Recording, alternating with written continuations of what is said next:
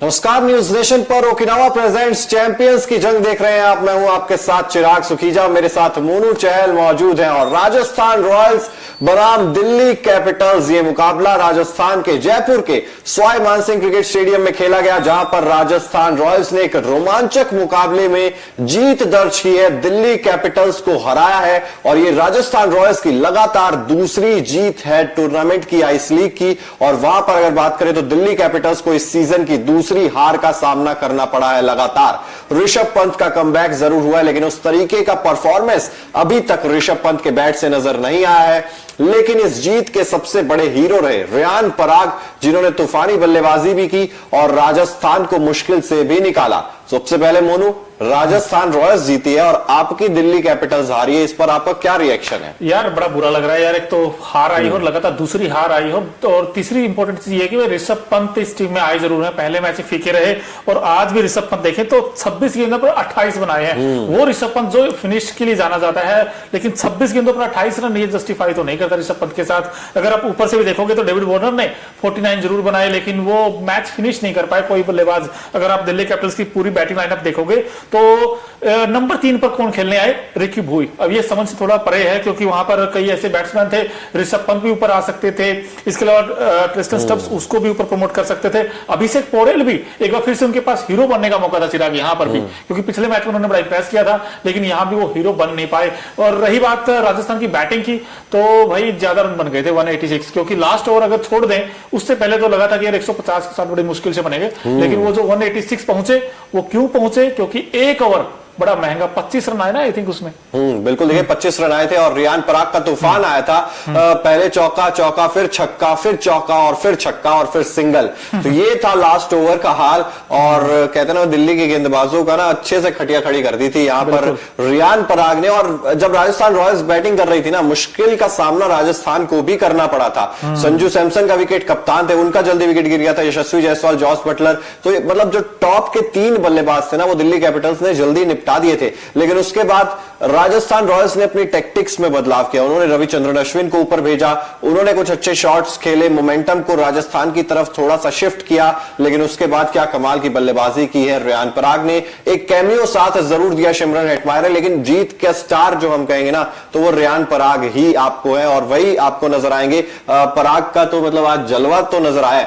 10 over में राजस्थान की team ने सिर्फ 58 रन बनाए थे, 58। और 10 ओवर में 58 से राजस्थान की गाड़ी 185 तक पहुंच गई। मोनू, यही तो आप कह सकते हैं ना कि आपने एक जीता हुआ मैच, जो आपकी तरफ मोमेंटम पूरी तरफ था दिल्ली की तरफ, वो मोमेंटम पूरी तरीके से राजस्थान की तरफ चला गया और दिल्ली कैपिटल्स इस मुकाबले को हार गई। तो इसमें चिराग हम ये कह सकते हैं कि भाई रियान पराग बने राजस्थान जीत के हीरो और दिल्ली गेंदबाजों को बनाया जीरो। हमने तो लिख दिया, हमने तो बाहर थंबनेल में स्वागत ही इसी से किया है हमने। अब दिल्ली को जीरो इसलिए क्योंकि दिल्ली की बैटिंग ने अच्छा रन बनाए, ऐसा नहीं, लेकिन दिल्ली के गेंदबाजों को हुआ क्या था यार, जब आपने 10 ओवर में 58 पर रोक रखा है राजस्थान को, मोमेंटम आपके पास है, लास्ट के 5 अगर आप देखोगे तो आखिरी ओवर वो चुभेगा आखिरी ओवर, क्योंकि 25 रन आए यार उस ओवर में।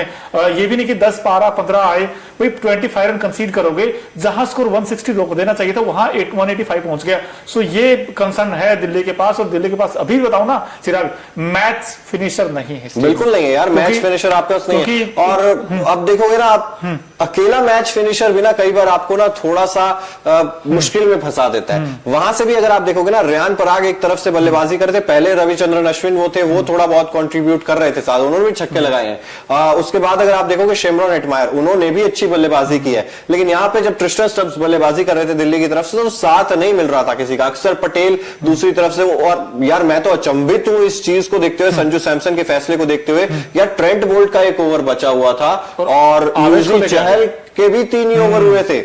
यूजी चहल, चलिए वो हम बात भी कर रहे थे यार, शायद 19वां ओवर यूजी चहल से करवाया जा सकता है, लेकिन 19वां संदीप शर्मा से कराया, 20वां आवेश खान को दे दिया। और जब आवेश खान को ओवर दिया था, तब तो मोनू न्यूज रूम में आपको हाल पता लगी गया होगा, सब लोग कह रहे थे यार ये मतलब संजू सैमसन ने क्या कर दिया। मर्जी कहो भाई, आवेश खान अंडर प्रेशर आज बहुत अच्छी गेंद डाला उसने, कोई वाइड कुछ नहीं दिया, बिल्कुल टारगेट पर, कहते ना राइट ऑन टारगेट, कोई ज्यादा रूम नहीं दिया, लेकिन फिर भी जड़ पकड़ ले, वो जड़ अपने तो देसी भाषा में कहते हैं गिट्टे। गिट्टे पकड़ लिया आज आवेश खान ने। गेंदबाजी की वाकई मतलब दिल जीता है आवेश खान ने।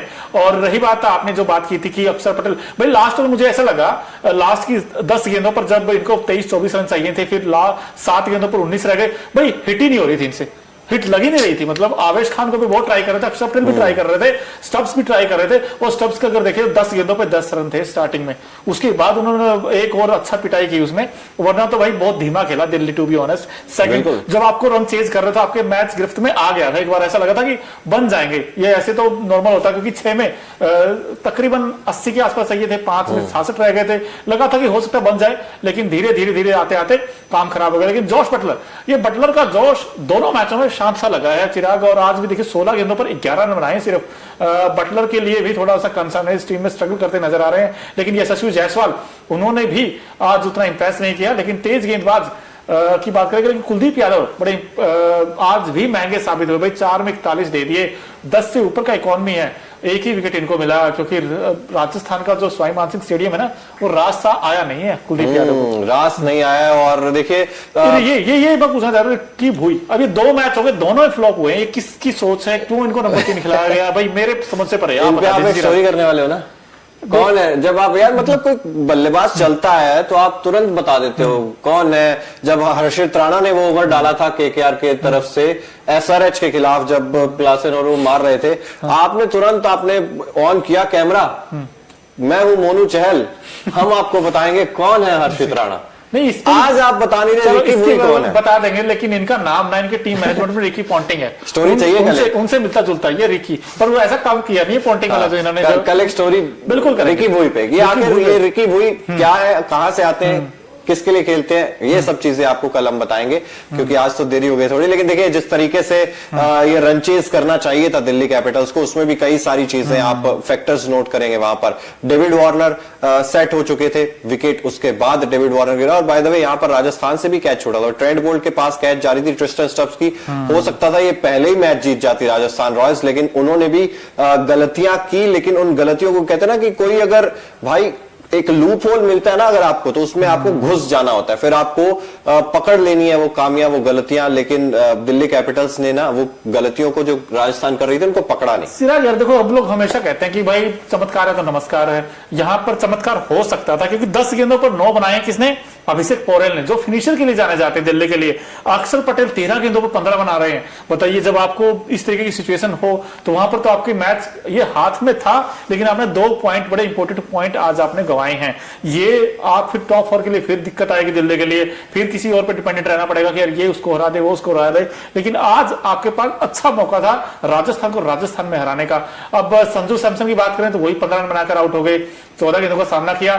टॉप ऑर्डर ने काम खराब किया, लेकिन लोअर मिडिल ऑर्डर ने अच्छा, और ये स्टार है आपके आज रियान पराग, 84 बनाए 45 बॉल में, क्या पारी खेली आज इन्होंने, ये तो आज कमाल है यार। पराग का तो आज मतलब जलवा, पूरा जलवाए, वो कहते हैं ना कि बैटिंग देख के कुछ समा बांध दिया। और जब रियान पराग बैटिंग कर रहे थे, और पिछले मुकाबले में मैंने वो कह दिया था ना कि वो दूध के पांव पालने में दिख जाते हैं यार, वो पता लग जाता है कि कैसा खिलाड़ी है। और इस सीजन जो है ना वो नजर आ रहा था रियान पराग की पहले मैच में, और दूसरे मैच में तो वो पूरे निखर के ही सामने आ गए हैं, और कमाल की बल्लेबाजी भी किया उन्होंने। चलिए, आप बात कर रहे हैं तो हम ये भी दिखा देते हैं भाई, इस मैच में कौन ऐसा खिलाड़ी था जिसने, मतलब कहते हैं ना कि महफिल लूटी है। तो ओकिनावा की जो स्कूटी आप देख भी रहे होगे, ये कई कलर्स में आती है, कॉस्ट इफेक्टिव भी है। तो Okinawa effective player of the match कौन है आज, उस पर एक नजर डालते हैं। Okinawa effective player of the match, champions की जंग में आज देखिए, आज मतलब और कोई हो ही नहीं सकता यार यहाँ पे। अगर रियान पराग का नाम नहीं होगा ना तो ज्यादती हो जाती। तो हमने सोचा भैया आप रियान पराग का नाम जप रहे थे, तो हमने सोचा कि रियान पराग ही क्यों ना आए। और देखिए जो पारी है, अभी आउटस्टैंडिंग नॉक थी, मैच विनिंग नॉक मैं कहूंगा, 84 बनाए 45 में, क्योंकि 10 में सिर्फ 58 था राजस्थान। अब इन्होंने जो गियर चेंज किए हैं, 5वें गियर बैटिंग की है लास्ट ओवर में, तो 186 का अमेजिंग स्ट्राइक रेट, 7 चौके, और गेंद जितनी एक ओवर में होती उतने छक्के लगाए 6 पारी में। कमाल यार, कमाल की बल्लेबाजी है। और जैसे हम अक्सर बात करते हैं ना, ओकिनावा का हर स्कूटर कोस्ट इफेक्टिव है, इतना इफेक्टिव है कि मतलब आप सोचेंगे यार बहुत मजा आ रहा है इसे चलाने में, और दूर तक चले जाते हैं, खर्चा बहुत कम आता है इसको चलाने में, तो फिर इसीलिए। और रियान पराग का भी सेम चीज है ना मोनू, दूर तक गए हैं, लेकिन इफेक्टिव बहुत ज्यादा इफेक्टिव रहे हैं। तो रियान पराग आज Okinawa effective player of the match बनते हैं। लेकिन संजू सैमसन के बारे में क्या कहेंगे, कप्तानी खासतौर पर कुछ माइंड गेम्स जरूर खेले गए वहां पर। कई बार मैंने देखा कि फाइन लेग आपने हटा दिया, उसके बावजूद आपने बाउंसर ट्राई किया। वो जो लास्ट ओवर की अगर मैं बात करूं, आवेश खान जो सेकंड लास्ट ओवर था संदीप शर्मा का, पहली गेंद ही उन्होंने बाउंसर मारी थी, उस पर छक्का जरूर पड़ा था, लेकिन वो माइंडसेट दिखा रहा था संदीप शर्मा का भी कि उतना ज्यादा हड़बड़ाहट नहीं थी उनको पता था कि फोकस कहां पर रहना है, मेरे पास कितनी गेंद है और मुझे कहां पर टारगेट करना है। नहीं, संदीप बड़ी मैच्योरिटी दिखाई है संदीप शर्मा ने भी, क्योंकि ये एक पिछला सीजन अगर आप देखोगे और ये सीजन देखोगे, बड़ी इंप्रूवमेंट्स है इस गेंदबाज में। हम पहले मानते थे कि भाई जहां गेंद लहराएगा, जहां पे गेंद अंदर बाहर जाएगा, वहां पे संदीप बड़े कारगर रहते हैं, लेकिन अब तो ये डेथ ओवर के भी स्पेशलिस्ट बनते जा रहे हैं। ये कहीं ना कहीं संजू सैमसन को